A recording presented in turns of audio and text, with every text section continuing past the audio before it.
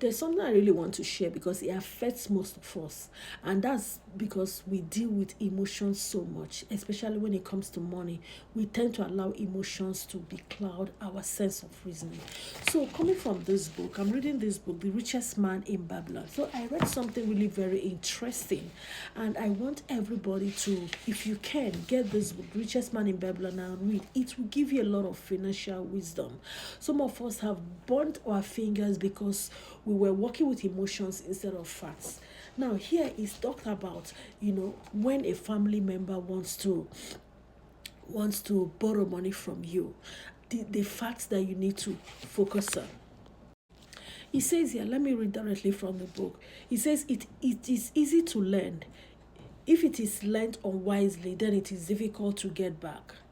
The wise lender wishes not the risk of the undertaking, but the guarantee of self-repayment. Especially when you lend money to somebody, your desire is how to get your money back. Because you don't, except if you want to give the person a gift or dash the person, as we popular say, then fine. But don't, dash then under the guise of, don't, like, well, okay, let me take it again. If you want to dash somebody money, go ahead and dash. Then don't go through all the rigorous, process of when will I get my money back, what day, what time, da, and stuff like that. But if you actually want to lend and it's under the contract of borrowing and lending, then your focus will be how do you get your money back, because it's easy to give, especially when you have it, to give to the other person, to lend this time around.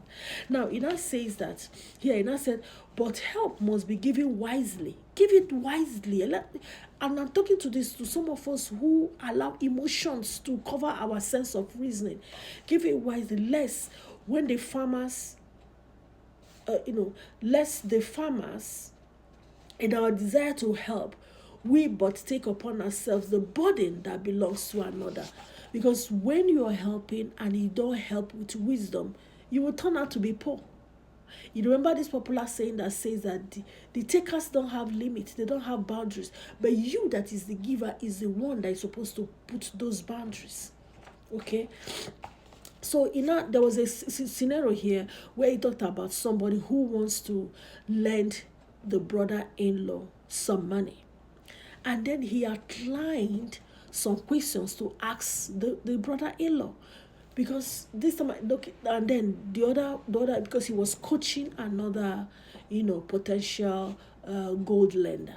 He now said, but his sister is so dear to him, and he wants to help them, and the husband, is a trader, stuff like that. He wants to borrow some gold from him.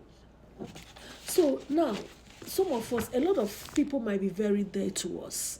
A lot of people might be very close to us. But you see, when it comes to money, we have to be very, very cautious. Take emotions aside from it. Like I said before, if you want to dash them money, just dash them and forget about it. But if you want to sign the contract of lending and borrowing, then you must do it very well. And that means your focus will be how would you get the money back. So this is where the track record of the person, financial track record, comes in. How is the person's savings attitude is? Does the person know how to save? How much has the person saved? The business the person is telling you that he or she wants to get into, how much progress has the person done in the business? How much wisdom has the person acquired? How much knowledge? How much contact? Like, these are the things you should focus on. Otherwise, you will lend the person money and then you will lose your money, you will lose the relationship. Now, using words of mouth, which also he mentioned, which George Clason also mentioned in this book, saying that, oh, I'm very trustworthy, don't you trust me? Trust is an intangible thing, you can't touch it. Okay, so let's say you've known this person for years and the person's integrity is unshaken, when the person says a thing, he does it. Now, let's look at it this way. The person comes and borrows money from you for business, and you want to give the person, and you are basing your collateral, the safety of your money, you're basing it on trustworthy. What if the person, is robbed? What if the person is duped in the business? What if on the way when the person is coming back, the ship, capsized, that means something that happens and the whole thing got sunk, or there is an accident or something like that, then how will the person who you have trusted based on integrity, how will he or she pay you back? How would you get your money back? You see what we're talking about? So when it comes to the law of lending and borrowing, your focus as the lender must be how to get your money. And one of the requirements in this book is to get the value, to get something that is more valuable than what you are lending. Let's say you want to lend a pen. The person has an asset that is like this book. Take the book and lend the pen. Then when the person repays this quantity, then you return this. That is how you will be safe. As per your asset, your money will be saved.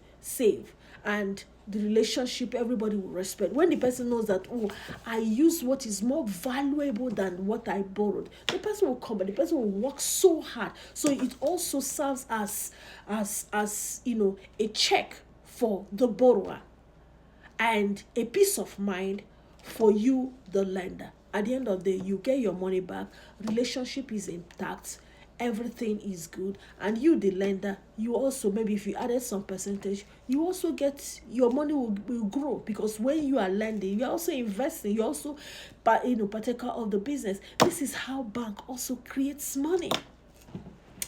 So stop allowing sentiments to cover your brain. Don't believe people by words of mouth. Anything can happen. Any goddamn thing can happen. So let us see this year, let us put some financial wisdom into our brain. A lot of people, we have lost good relationships. We have our fingers have been burned because we allow heart, we are using our heart to like, oh, I know this, oh, he's my mother, let me borrow her some money, she will give me back. Is she not my mother? Oh, she's my father, she's my brother, my cousin, my best friend, my colleague, all those kind of things. Babash, they don't exist in the world of lending and borrowing.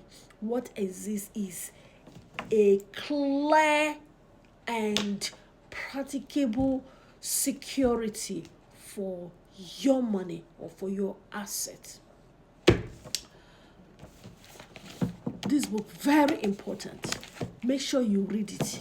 If you ever are touching money, if you know you use money in any way at all, make sure you read this book. Okay, I'll keep sharing. Good morning. This is Saturday morning, and it's just about let me see, what's the time? It's after 7 a.m. I woke up to read this, and when I read that part, I'm like, me too, I've made mistake in the past. I said, you know what, let me share, let me elaborate, let me enhance the volume of that part. Stop lending money based on sentiments. Lend money based on facts, figures, track record, history. Be objective and have a plan to get your money back. Okay, good morning, and do have a great weekend.